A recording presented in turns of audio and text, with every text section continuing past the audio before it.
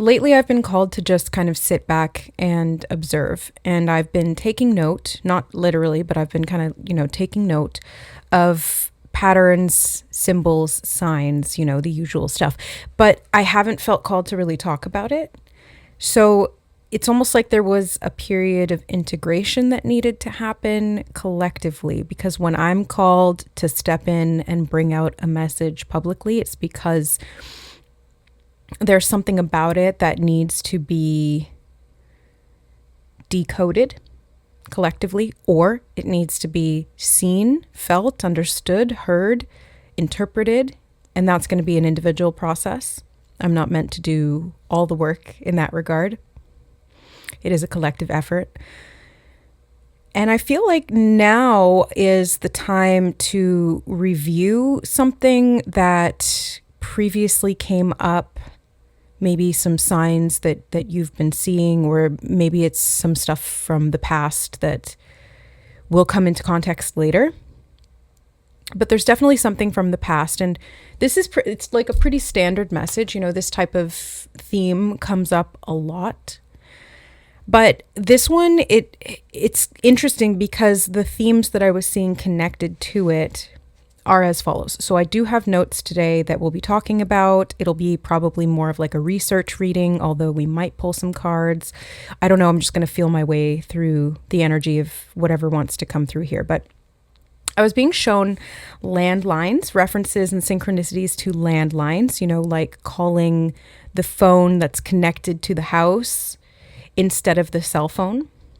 And there's pros and cons to both, right? Cell phones, you have the advantage of carrying basically the world and the internet with you in your pocket.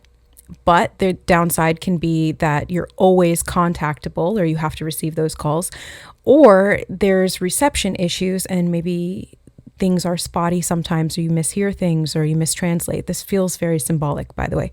And then the landline can represent, first of all, that it's connected to the house. And I'll go into more of like the context of what was coming up around this synchronicity. So just bear with me. But bears also, actually, I didn't write that down, but bears and bear claws also came up. Okay, anyway. And then there was something about the house that really stood out to me as well. And we'll talk more about that too, because lots of references here are kind of connected, but some of them a little more indirectly. So the landline advantage is that people can always get a hold of you, but only if you're at home. It's a more reliable connection. The signal isn't reliant on waves in the air. It's like hardwired. It's an older technology, but it functions more efficiently for what you need it for. And the pro or the disadvantage, it depends, the pro or the con, depending on the way you look at it, is that you're not always contactable. You're free when you go out in the world, and then you can come home and review the messages. So maybe there's something about this, could be literal, but most of my messages from Spirit are more symbolic or metaphorical in nature. And it feels like this idea of having a landline, both literally in the sense that the transmission of those messages come through in a more reliable fashion, and or you can check them at your discretion in your own time. I'm hearing owning time, owning your time. It's all connected. I'm thinking ahead already. And also, in the recording of those messages, you're able to review things perhaps more impartially, or to get the details in a more succinct way, whatever that means. Now, the thing that came up in conjunction to the landline synchronicity was root beer. Seems random, yeah, but no, it's not, because landline and root, so root chakra or root networks in the earth, could be something to do with ancestral lines as well, because I was seeing a lot of references to Greek civilizations, the Greek evil eye, lots of just references to Greece in general, the Spartan hat, everything to do with Greece. And philosophies was the word that I heard when I wrote that down. So like old philosophies, old ways of thinking, old ways of contacting one another, maybe through thought, or through the root, or through ancestral lines, or through ley lines in the earth, and how the ley lines are connected to the timelines and owning of your time. Yeah, that could be connected here too. Now, I was also being shown a lot of references to fences, either having the fence down, having the fence up, having the fence reveal something to you, having the fence block off something from you. I've gotten a lot of references to boundaries as well, and that's what fences really are. They're the boundary line separating things. But if this is a frequency fence specifically that we're talking about here, it's kind of interesting because I've never thought about it this way, but when I was being shown these synchronicities, it was coming up with other stuff to do with, if you think you're in a box, then you've put yourself in that box and it's a lot harder to get out of it. So it's like, if you believe that you're in a trap, you're trapping yourself, or if you believe that you're fenced in, then you are, because you're creating it. But then I was also thinking, bear with me, this is going to be a bit rambly, but I was also thinking about how if you don't believe any of that, like vehemently against the fact that there's anything outside of you that is nefarious or oppressive, then you might not try to change it. So we kind of have to find this middle ground between believing in our own empowerment to create our reality, or to break free if that's what's necessary, but maybe it's just a mental trap, a mental fence that needs to be bypassed. I just heard blood-brain barrier. Okay, anyway, certain things within the body that are ingested, if they're small enough, they can pass through the blood-brain barrier and get to the brain. I'm hearing delivering the message. Something about neurotransmitters could be significant here as well, or that could be a metaphor for whatever this is, the landline. Well, blood, again, red, root chakra, ancestry, bloodlines, DNA, messages coded, time codes, it's all connected. But I feel like we have to find this middle ground between what we believe perhaps is an oppressive force, and how neutral we are about that kind of allows us to transcend the either internal created oppression or the external experience of it. Does this kind of make sense? It's okay if it doesn't, because I'm still kind of working through this thought. It's not fully formed yet. Fully formed. Something's not fully formed yet. Because I was also seeing stuff to do with birth, new life, regenesis, specifically references to latex, contraceptives, balloons, and eggs. You put that together. But that's all metaphor again for, the fence, a contraceptive, like a condom would be a fence between the sperm and the egg. I'm thinking about this all very metaphorically, very spiritually, but you never know with spirit. Transmission of the message. I'm hearing it again, transmission. But it feels more like I'm seeing the scene. Okay. Reference to Family Guy coming at you. I'm seeing the scene from Family Guy when Stewie shrinks himself down, kind of like in the Magic School Bus when they shrink themselves down and go into the blood.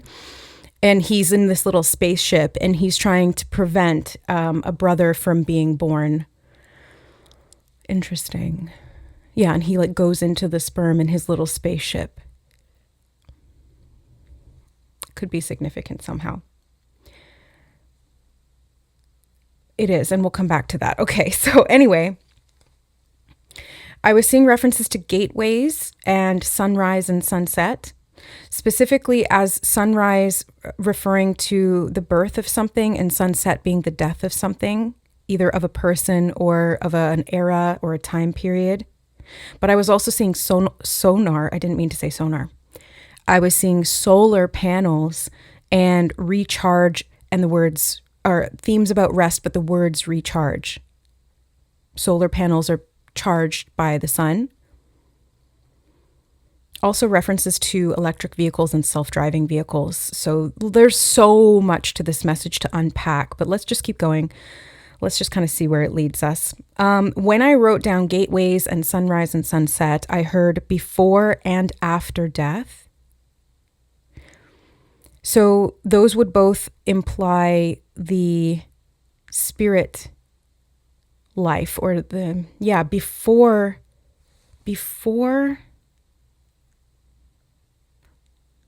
before life and after death. That's not what I wrote down. I wrote before and after death. But I'm thinking in my head now, before life and after death, those are both in the spirit realm. But if we're looking at it literally how I heard it and wrote it down, before and after death, this could be a before and after, like sunrise and sunset of the lifetime.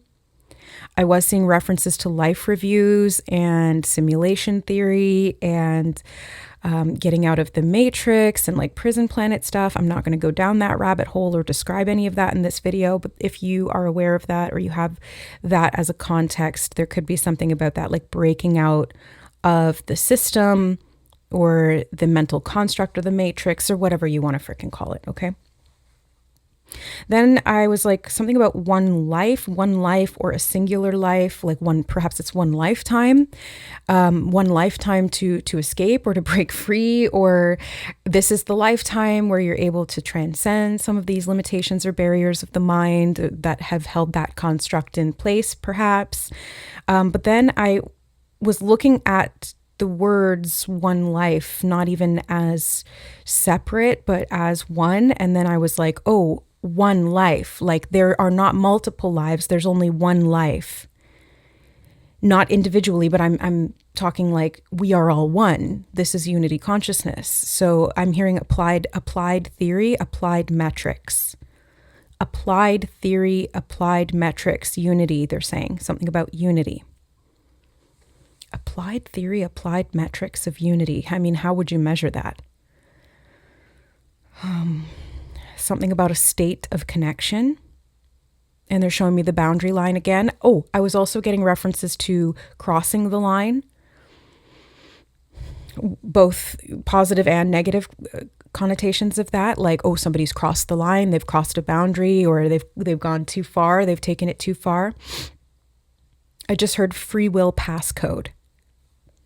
Free will passcode. Okay. So yeah, one life, like one love, one spirit, one soul, one unified whole. Hey, that rhymes. I like it. And then I heard angular houses. So there's a couple of things here. Firstly, it goes back to landlines and root, something about the house, right? Something, maybe it's like the house of the soul, the body, or the... Yeah, actually, I'm full stop there. I'm just going to leave it. But angular houses, I immediately was like, oh, that's something to do with astrology, but I wasn't quite sure what it was. So I looked it up and I have it open here on Google. It says, in astrology, angular houses, also known as cardinal houses, are the first, fourth, seventh, and 10th houses and are considered the most powerful and influential in the birth chart. These houses are associated with the angles of the chart: ascendant, the IC, Imum Coli, descendant, and the midheaven. They represent the core foundations of life. Again, the foundation, like the house. Oh, okay, hold on. We'll come back to that. Marking significant areas of personal power, action, and dramatic change. Now, what just made me go, oh, was right underneath angular houses. I also wrote down houseboats because I went for a walk this morning with my partner and we were walking down by the water and there were houseboats there. And we were looking at how they were on these platforms. So they were pretty stable, but they were still rocking with the motion of the waves or the motion of the ocean. Something about sexuality could be involved here too.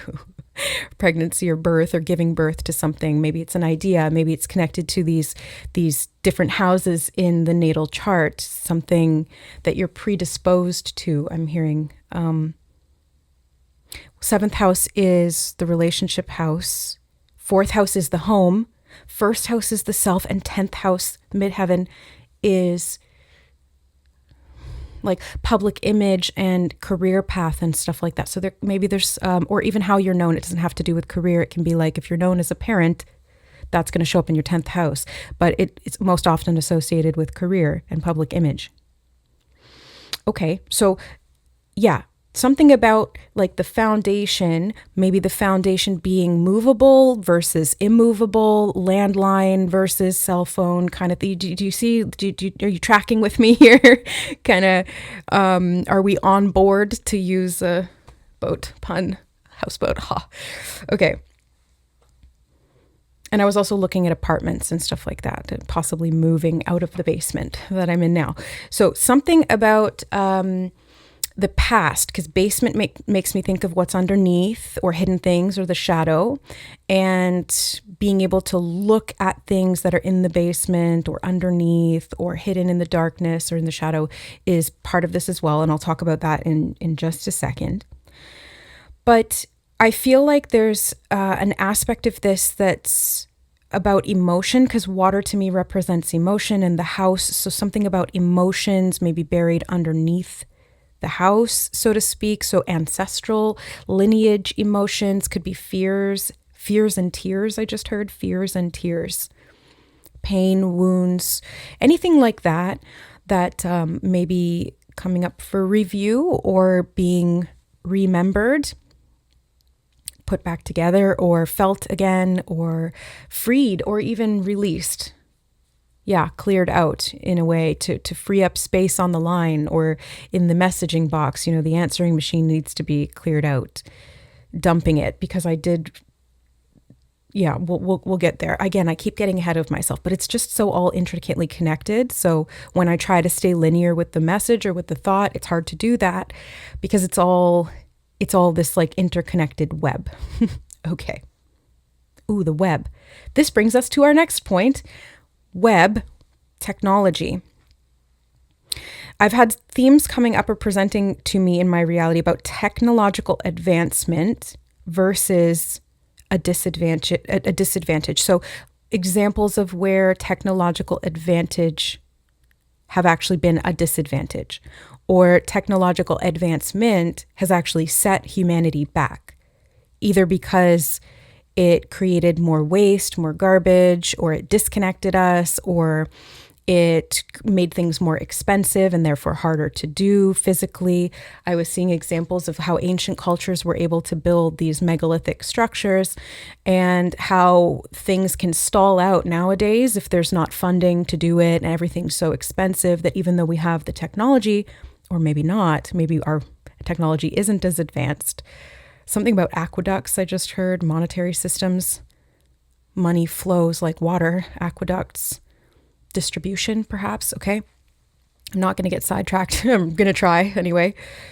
So something about how these ancient cultures or ancestral knowledge or DNA imprints, blueprints, timeline stuff is relating to where we're at now in terms of the house, the home, the world, where we live, and the technology, and how we use that, or maybe even why we use that and what it's doing for us.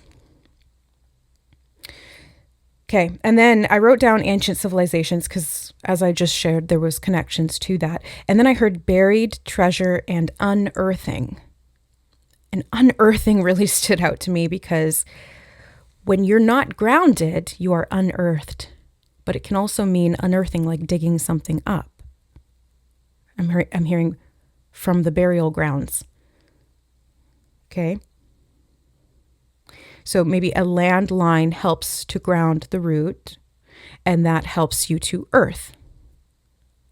Or maybe there's something from the root, from the landline, a message from the past that's been like beep, beep, beep on your answering machine that needs to be listened to and decoded so that you can recharge properly, maybe from solar codes or something like that, because you're grounded. Okay, I just heard something about polarity. Okay. And then there was references to organic, references to timelines, references to fall and fallen, and references to taking out the trash. I was also seeing a lot of dumpsters, like literally a truck went by when I was sitting out at this cafe at lunch with my partner. And it had like 4 dumpsters all stacked on top of each other on the back. And then when I was driving home later, there was a truck in front of me that also had a dumpster strapped on the back. Like not dump trucks, dumpsters, like full dumpsters on the back of trucks. So that obviously stood out to me because you don't see that every day, or at least I don't. And I was also seeing references all throughout this weekend and this week to garbage bags, black garbage bags, white garbage bags, taking out the trash. I saw a lot of homeless people pushing carts with garbage bags all piled up on, they're just hoarding it, taking it all with them. And then I was passing by a dumpster, and while I was walking, I saw some boxes with some stuff in it. And I was like, ooh, is there anything good in there? It's like my old instinct of like picking through the trash to see if there's anything good. One man's trash, another man's treasure. That's a reference I saw this week as well. And I was like, no, Siobhan, you don't need that. Like, you're fine. You have enough stuff. You don't need anything else. So maybe there's something here about getting rid of things, or I just heard dumpster tracking. I don't know what that's talking about. Dumpster tracking, something about tracks, road signs, stop signs were also a reference that came up. But trash bags and dumpsters can refer to getting rid of junk. Maybe it's junk memories or junk emotions or things from the past that don't belong to you, or that you don't need anymore, or that have served their purpose, or that are broken in some way, or that are draining the system energetically, and you're able to get rid of that. If it's trash in the body, it's about detox, or about release, or about excretion. If it's junk in the home, it's about, gathering it all together and then putting it out in the appropriate receptacles. Obviously, dumpsters are a theme. So in the dumpster it goes. And this relates to cleaning, cleansing. I just heard something buried, and then they showed me like a trash bag buried in the ground. I also saw a reference to something buried in the ground popping up out of it as well, now that I'm thinking about that. It was a golf ball. The golfer hit the golf ball that was there, and then when he hit it, it dug into the ground, created a divot there, and there was a ball that was underneath that was exposed, that came out, and people were confused as to which one, did he hit the right one? He did. So something underneath the earth is revealed, is being unearthed, literally. It's buried treasure, but maybe it's trash. Maybe there's treasure in the trash, and it's up to you to discern what is valuable there. Okay, then I was seeing a lot of references to dinosaurs, specifically T-Rex, and not the whole T-Rex, like sometimes the whole T-Rex, but mostly just the head. And T-Rex skulls as well. So Tyrannosaurus Rex could be somehow significant here, or it could be representing reptilian. And the head itself reminds me of like the reptile brain. I did see references to that, the lower sort of part of where the spine bridges up the neck into the head. That lower part of the brain is the reptilian brain, and then we have the mammalian brain, and then the prefrontal, the most recent. So again, ancient history, maybe it's hardwired, a landline, right, hardwired into the system, could have something to do with the amygdala. Again, they're bringing up blood-brain barrier, something about the blood-brain barrier, and nervous system could be part of this as well, because the fear responses, the instincts are all connected. I'm hearing the word disadvantage again, are all connected to that old wiring system, the reptilian brain. And I keep hearing mammalian. And I was getting also references to predator and prey, and how that cycle of fear just creates more fear. And I was getting references to apex predators, and how maybe they don't feel as much fear, or they have less emotional attachment because they're not in that position of being prey. But then I was also getting references to symbiotic relationships in nature, where there is no I eat you or you eat me, and dog eat dog could be significant, but rather I feed you and you feed me. The reference I saw was to bats and like squirrel-like animals pooping inside of these little bell-shaped plants in the rainforest. And they lick off the sugar from the top of the plant, whatever it's called, and then they poop into it, and it fertilizes that thing. So they don't have to eat bugs, the plants, don't have to eat the bugs or the animals. They can exist off the poop. So again, waste maybe being some kind of a fertilizer or a nutrient. So this is an interesting message. There's a lot of discernment needed to understand kind of what is the junk and what is the treasure, or maybe the junk is the treasure. depending on the context or how it's housed or unhoused. Okay. Okay, so in regard to dinosaurs and T-Rex skulls, bones, I was also seeing, or I heard the word artifacts. But that's kind of what dinosaur bones are, is artifacts, aren't they? Artifacts of the past. But this can also apply to artifacts in time. Like if we're talking about timeline theories and multiverse and things like that, it could be an artifact from an alternate timeline or from a past timeline in terms of ancestral heritage, lineage, DNA, past lives as well. Pre-death, I'm hearing pre-death. So pre-death would be life though. So why phrase it like that? I don't know. Okay, and then after I heard artifacts, I heard time log. And at first, I was like, a time log, like you would write down a log of all of these different times. And I have been seeing references to timestamps as well, and how certain synchronicities actually, now that I think about it, the T-Rex skull was one of those timestamps, because sometimes synchronicities are symbolic in what they represent. And I've noticed recently that they can also they can also simultaneously play a role as like these stamps in time. So I'll start seeing a theme or a synchronicity, and then it'll show up later. And it's not really about what it's symbolically representing, although it could be part of it as well. It's more so an indicator of where I'm at in that current timeline. And it's like I'm seeing the lead up to that point in time, like a timestamp that we use here on YouTube. You can see the lead up to it. But if I were to timestamp, okay, it's like 27 right now, you would see that in the comments leading up to it. And then when it would hit 27, it would stand out even more. So that's kind of what these symbolic or synchronistic occurrences seem to be representing, at least for me. And I'm still kind of learning to work with that and what that means and how to differentiate and discern, all of that good stuff.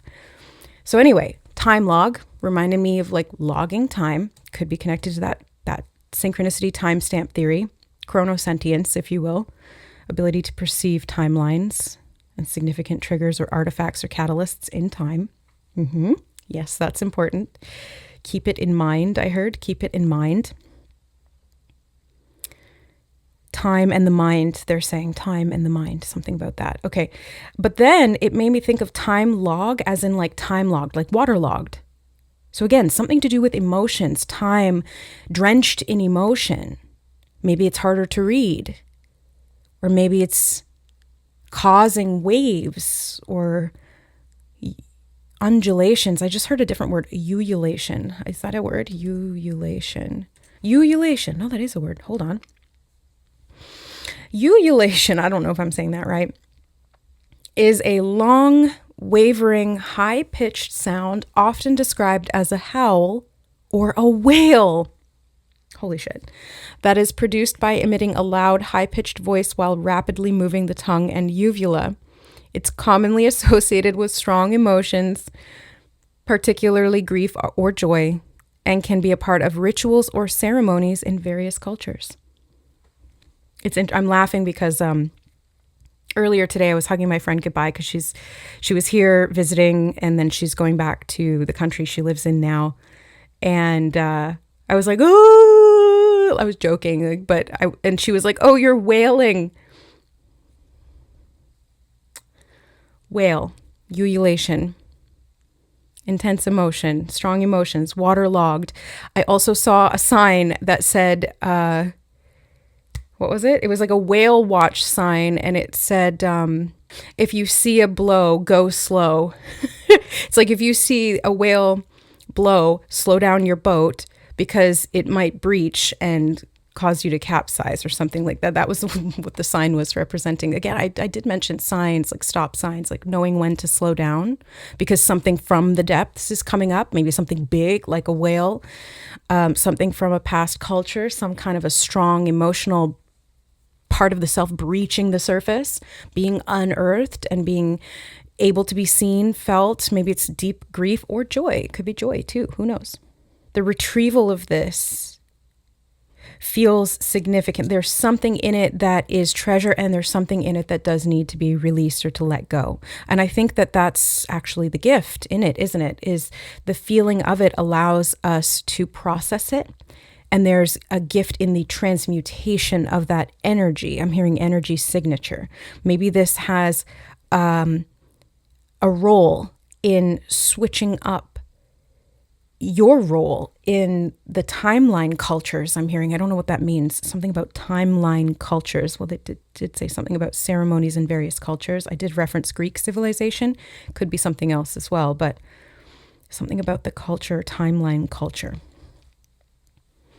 Yeah, so I wrote time log as in waterlogged, emotional, and then I heard emotional context cues. I put everything that I hear from spirit in quotations so that I can tell the difference between what's my thought and what's coming in. So emotional context cues.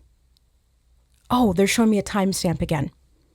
An emotional timestamp from the past. Maybe it's yours, maybe it's something you experienced, maybe it's from a younger timeline, as in a younger part of yourself in this lifetime. Pre-death, right? Or maybe it's from a previous culture that you inherited through your DNA, through your bones, and it's being unearthed. Okay. And then I heard revival. Really kind of segmented like that. Not revival, revival. And vival made me think of vivacious or vibrant or I'm hearing vivacity. I don't think sometimes when I hear these funny words, I just got to look them up, vivacity, vivacity or vivacious. Well, that's what I said, right? So something about that being significant.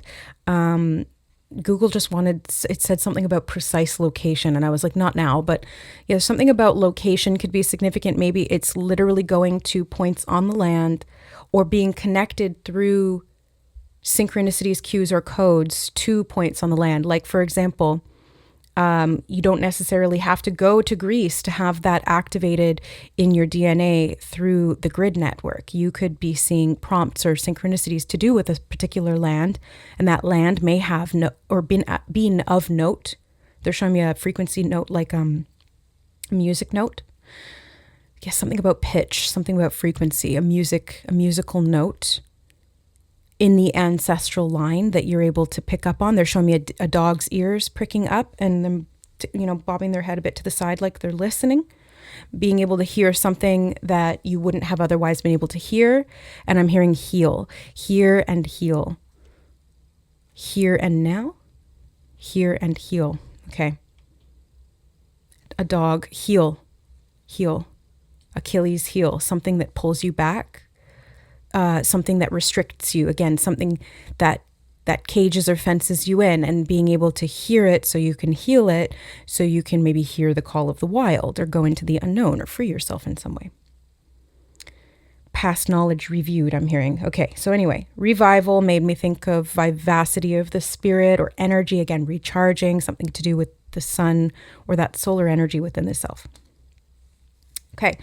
I mentioned dumpsters. I mentioned getting rid of the trash. But underneath that, I also wrote refiring all engines, because that's what Spirit said, refiring all engines. Firing the trash was also a theme or a synchronicity that I saw. So like burning the trash, that could be talking about transmutation here. I just heard burning the blood. Burning the blood. What does that mean? Something about girl on fire. I think that's a reference to something, but I don't feel called to look it up. I had the inclination to, but then I got a no, so I don't feel intuitively like I'm supposed to look it up. But there's something about that fire energy. Maybe it's about the vivacity, that fire, because fire in the tarot represents spirit, energy, movement, action. I'm hearing something notice, put on notice. I just heard put on notice. You're being put on notice for something here. Maybe you're going to be required to take action. They're bringing me back to angular houses again. Right. Marking significant areas of personal power, action, and dramatic change. That's very fire element. So something about this watery descent and ascent and revealing of whatever was under the surface, the unearthing of what was waterlogged in the past, what was housed within the home or within the heart or the hearth or the hearth fire or the foundation being revealed. I'm hearing or seeing something about symbolizing self and symbolizing identity, awareness of self. Deeper review needed. I heard deeper review needed. Collective, and then they said by design. Collective by design. And they're showing me designing a house, and I'm seeing it being built in like a time lapse. Again, something about time, different variations of time. Time scales could be significant as well. Okay. Right. And then speaking of that, refiring all engines. And then I was also getting synchronicities about round trip and travel and vehicles. So engines of the vehicle, the engine drives the vehicle, the flame ignites the engine. This could be talking about the spirit vehicle. This could be the house of the soul. They said, yeah, the spirit vehicle, the house of the soul, and your transport. Thank you. 2 tickets to paradise. Buying 2 tickets, actually, because I just heard that, but the reference to round trip was literally my friend needed to buy 2 tickets for her and her partner to go on the ferry to the island and back. And it's funny because that morning that before I went to go see her, I woke up with the song Islands in the Stream in my head. That happens a lot. I wake up with words, phrases, information that I have to contextualize later or that I have to look up. But islands in the stream, that is what we are. Stream of time, stream of consciousness. Islands, something about isolation or aloneness, something being revealed or connected, being able to bridge to the other side and back again. There and back again. Again, round trip. References to The Hobbit also came up. Okay, so yeah. Dragons have also been coming up. Oh my God, there's just so much to unpack that sometimes I get overwhelmed with how much there is that comes up. And then I just kind of sit back and I'm like, just let it wash over me. I'm not even going to try and control it or row through it. It's just like, okay, you do what you need to, Spirit. I'm here for it. I'm listening. I'm watching. So round trip. And then underneath that, they said, I heard, time trip. Time trip. A trip in time. Time travel, if you will. And we're all traveling in time. We're doing it literally right now. Just sitting here doing nothing. We're moving forward in time. But the perception of that can change. And the experience of time as a 4th dimensional construct is what Spirit is saying. Something about time as a 4th dimensional construct. The experience, but they're emphasizing the experience, and they're showing me something about how it feels in the body perhaps, or what's being brought up within the body that can help you to transcend time. Something about lineage gaps, lag, they're saying lag. Misinformation or miscommunication across generations. Filling in the gaps and being able to, they're showing me DNA coding now as well. Different principles and something about time, aging, the age gap, wage gap. Something about energy. Money always brings me back to energy because that's the currency.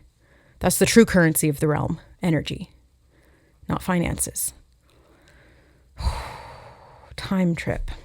Tripping through time. Maybe this is like, whoops, I tripped and I fell in time. Now we got to get back up, look at that wound, heal it, keep moving forward. Or maybe you got to go backward to go forward because it's a round trip. Or you're coming back around to something like the World card in the tarot, coming full circle. The Fool leaves the house like Bilbo on the journey, signs the contract, goes all around Middle Earth, and then comes back. There and back again. the story of a lifetime. The life that you live is your story. Okay. And then this brings us back to the new life references, regenesis, and revival. They referenced me back to revival again. All right, Spirit, where would you like me to go from here? Okay, I heard rituals and catharsis. And something cathartic is like a release. It's a release of pent up, maybe fire energy. It's often associated with aggression or getting aggression out, getting rage or anger out through physical expression, through movement of the body. But let me just look it up, because I know that generally speaking, but I like definitions because they give more specific context or meaning. Catharsis, the process of releasing and thereby providing relief from strong or repressed emotions. So I think this is what we're talking about here. And this could be occurring collectively, or it could be occurring in bits and pieces from person to person, or this could be occurring for you individually. This could be happening in the subterranean or subconscious or ancestral realms when you're sleeping at night. This could be happening through that fourth dimensional time construct somehow, or it could be literally something that you feel but aren't necessarily attached to the origin of that emotion or that feeling or that sensation. Or maybe you will have awareness of it and where it stems from. Catharsis, the purification or purgation. I've never seen purgation. The purging of the emotions, especially pity and fear, primarily through art. In criticism, catharsis is a metaphor used by Aristotle in the Poetics to describe the effects of true tragedy on the spectator. What is an example of catharsis? Processing and releasing, relieving of strong emotions, crying after a sad event, screaming into a pillow when angry, or finding closure after a difficult life event. Yeah. So that brings us back to ululation and the wail of grief.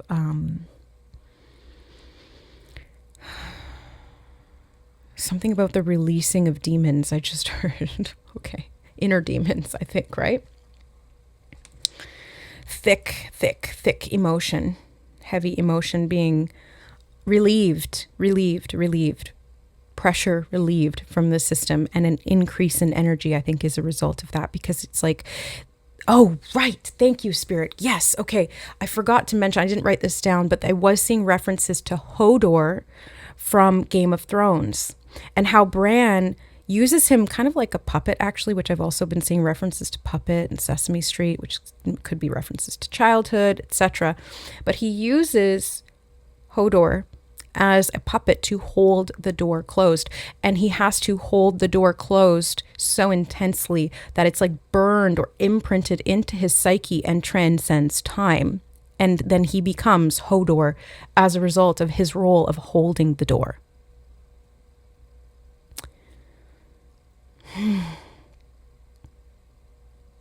So there could be something that has been very painful. Some ritualistic wounding, let's say, from the past that is taking all of your psychic energy to hold at bay, to repress. But that sucker's coming up. That sucker's coming up out of the sea. Big old whale breaching the surface, big old T-Rex coming out of the earth, and it's time to deal with it on some level. We may each have a piece of this, so it doesn't have to be all consuming and overwhelming. We may be collectively processing something here that is quite large, and it may not feel as large as it actually is because we're all getting one piece of it, or it could feel massive. I think it's going to depend from person to person and kind of the reference or the context or the perspective you're looking at it or experiencing it with. But yeah, I feel like this is going to relieve a lot of tension and pressure, because the immense energy that it requires to suppress or repress something could much better be spent somewhere else. And the toll or the tax that can take on your energetic stores is immense. It is profound. So I feel like there's definitely a necessary purge happening here. I keep seeing pillow. So I think this is probably happening at night or in that subconscious realm. I'm hearing pre-death, post-death, pre-death, post-death. That's hard to say. Post-desk, desk, something to do with work could be part of this because the 10th house was referenced as well. Or this could be part of doing the work. If we're looking at it in terms of emotional healing and shadow work and integration, individuation. Again, first house, self and identity. I could go on, but I don't want to have this reading be too overwhelming. So hopefully bits and pieces of it are helpful for you, or you're able to interpret things a layer deeper, or to figure out what this means for you, or how this may be presenting, or maybe it's just something abstract that you're meant to know, but it's not something internal. So take it as it lands and do with it what you will. My intention is always to serve the collective and the whole for our greatest and highest good, individually and as a collective group, to heal what needs to be healed and to allow us to frequency-wise ascend to a higher timeline, the highest timeline ideally, right? Peace, love, brotherhood, sisterhood, symbiosis, harmony, unity.